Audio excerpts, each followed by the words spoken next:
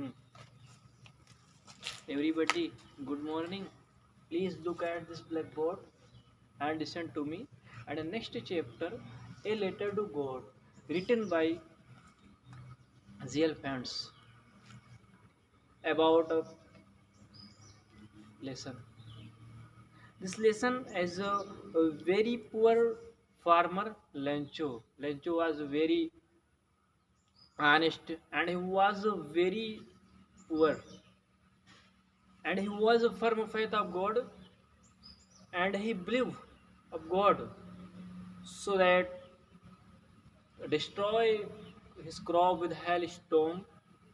He wrote a letter to God, and and letter to sent post office, so that the help of postmaster, so that confidence of God. यानी आज जो lesson की बात करना है वो a letter to God है। यानी इसका अर्थ होता है ईश्वर के नाम पत्र। इसको लिखा है जीएल फैंस ने। अब यहाँ पर ये क्लियर करना है कि इस लेसन में क्या बताया गया है। इस लेसन में एक बहुत गरीब किसान है जिसका नाम लेंचो है। लेंचो लेंचो किसान है, उसी के इर्द गिर्द पूरी कहानी घूमती है। बहुत गरीब किसान है और ईश्वर में दृढ़ विश्वास रखता है, बहुत विश्वास उसको है, लेकिन वह अनपढ़ नहीं होता है, लिटरेट नहीं होता है, उसको लिखना पढ़ना आता है और ईश्वर में दृढ़ विश्वास रखता है। होता क्या, कहानी कहाँ से शुरू होती है, चित्र के माध्यम से देखना है। कहानी शुरू होती है, इसका घर एक पहाड़ी पर बना हुआ, देख रहे हो यही पहाड़ी है, कितनी ऊंची पहाड़ी है, बहुत ऊंची पहाड़ी है। इस पहाड़ी पे देख रहे हो घर बना हुआ, नीचे देख रहे हो बहुत से खेत है। उसमें से एक खेत देख रहे हो है जो जिसमें बहुत ही अच्छी फसल लहरा रही है। ये फसल किसी और की नहीं बल्कि लेंचो की है, बहुत अच्छी फसल है। यहाँ पे लेंचो देख रहे हो कि पहाड़ी पर बैठा हुआ है, खाट पर लेटा हुआ है और वहाँ से देखता है कि फसल कितनी अच्छी है। उम्मीद करता है कि बस बारिश हल्की सी हो जाए, फसल बहुत अच्छी हो जाएगी और अच्छी फसल होगी। तो क्या करता है, अनुमान लगाता है। इसके बाद में होता क्या है, घर में ही इसकी पत्नी होती है, 2 बच्चे होते हैं।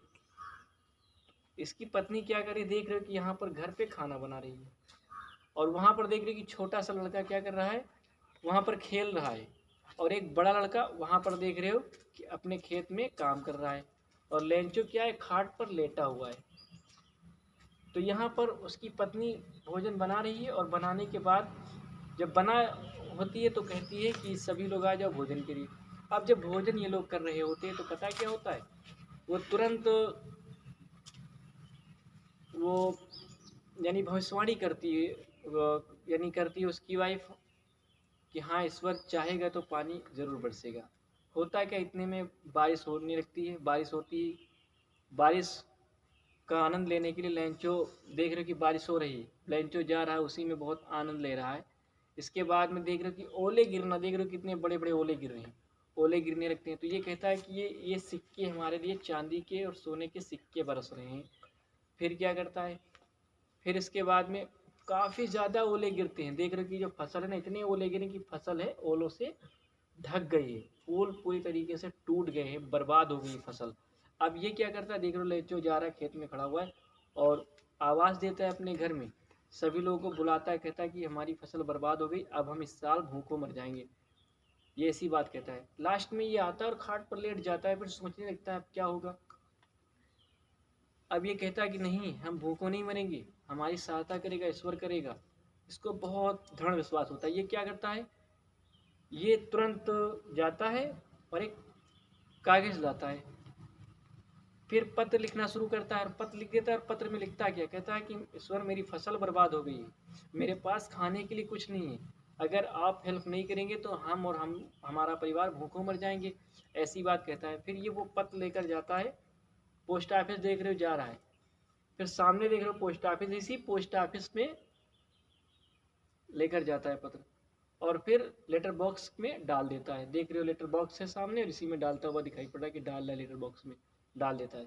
फिर क्या करता है, अब ये वापस चलाता है। इसके बाद देख रहे पोस्ट मास्टर वहाँ पे खड़ा हुआ है, वो लेकर जाता है और पत्र को जैसे खोलता है तो हंसने लगता है, और फिर वो अपने बॉस को दिखाता है। और जब वो तो पहले तो ये पोस्ट मास्टर जो होता है वो पहले देखता है और फिर हंसता है। उसके बाद में वो गंभीर हो जाता है, कहता है कि मैंने जीवन में पहली बार ऐसा पत्र देखा है जो भी ईश्वर के नाम लिखा है, वो भी इतना ज़्यादा उसको दृढ़ विश्वास था।